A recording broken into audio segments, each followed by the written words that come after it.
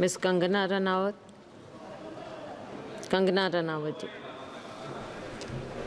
माननीय अध्यक्ष जी, मैं आपकी धन्यवादी हूँ कि आपने मुझे रेलवेज अमेंडमेंट बिल 2024 पर अपने विचार रखने का मौका दिया। माननीय रेल मंत्री श्री अश्विनी वैष्णव जी द्वारा प्रस्तावित इस बिल का मैं स्वागत करती हूँ। जैसे कि हमारे प्रधानमंत्री श्री नरेंद्र मोदी जी हमेशा ही कहते हैं कि सरकार का काम होना चाहिए जो लोगों के जीवन में सरलता लाए, चाहे वो लॉज हो, ब्यूरोक्रेसी हो या सरकार के दफ्तर हों, उनके लिए वो एक्सेसिबल होने चाहिए और उनके लिए जो है वो किसी तरह का स्ट्रेस जनरेट ना करें और इजीली अवेलेबल होने चाहिए।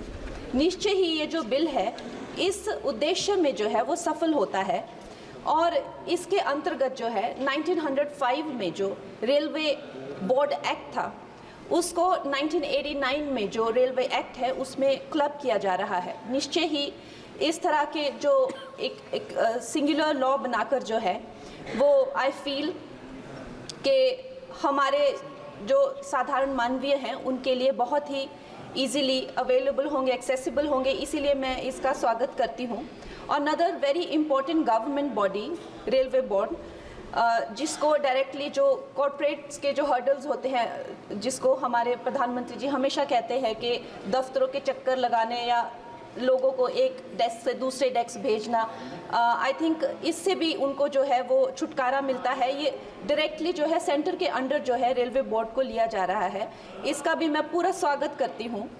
और उसके साथ ही वंदे भारत की जो हमारी जो ट्रेन्स हैं वो हमारे लिए आत्मनिर्भर भारत आधुनिकीकरण का एक बहुत बड़ा, एक प्रभावशाली उदाहरण, एक चिन्ह बनकर आई है सामने। और जब 68 वंदे भारत जो है भारत को दी गई थी तो उसमें से एक वंदे भारत हमारे हिमाचल जैसे छोटे से प्रदेश को भी दी गई थी, ऊना शहर में। उसके साथ ही मैं जानती हूँ कि हिमाचल बहुत ही एक दुर्गम क्षेत्र है, मगर जिस तरह से हमारी सरकार भारतीय जनता पार्टी जम्मू कश्मीर हो गया या और पहाड़ी इलाके हो गए, उनमें जो है इतने ज़्यादा रेल प्रोजेक्ट्स जो है वो लॉन्च कर रहे हैं, उसी के साथ भी हमें भी हिमाचल के लिए बहुत ज़्यादा जो है वो सर्वेज हो रहे हैं, रेल का बजट मिला है। शिमला हो गया या धर्मशाला, कांगड़ा और बैजनाथ हो गया, ऐसे ना जाने बहुत सारी जगहों पे, हमीरपुर जैसी जगहों पर जो है बहुत सारे प्रोजेक्ट्स आ रहे हैं। लेकिन मैं माननीय मंत्री जी का ध्यान मैं मंडी क्षेत्र की तरफ लाना चाहूँगी। एक्चुअली मंडी क्षेत्र 60 to 70% ऑफ जो हिमाचल का जियोग्राफिक एरिया है वो मंडी क्षेत्र में ही आता है और हमारा जो क्षेत्र है उसमें अभी तक इस तरह का ना कोई सर्वे हुआ है ना सुविधा है। अगर हमारे क्षेत्र में अगर चाहे वो सेंट्रल मंडी अगर दिल्ली से जुड़ता है या चंडीगढ़ या चाहे अंबाला जैसी 2-3 जगहों से भी अगर हमें जोड़ा जाए तो हमारे हिमाचल की जो प्रगति और विकास है उसमें हमें बहुत सहायता मिलेगी। और उसके साथ ही मैं बहुत बहुत बधाई देती हूँ हमारे मंत्री जी को for 2024 railway amendment bill. Thank you.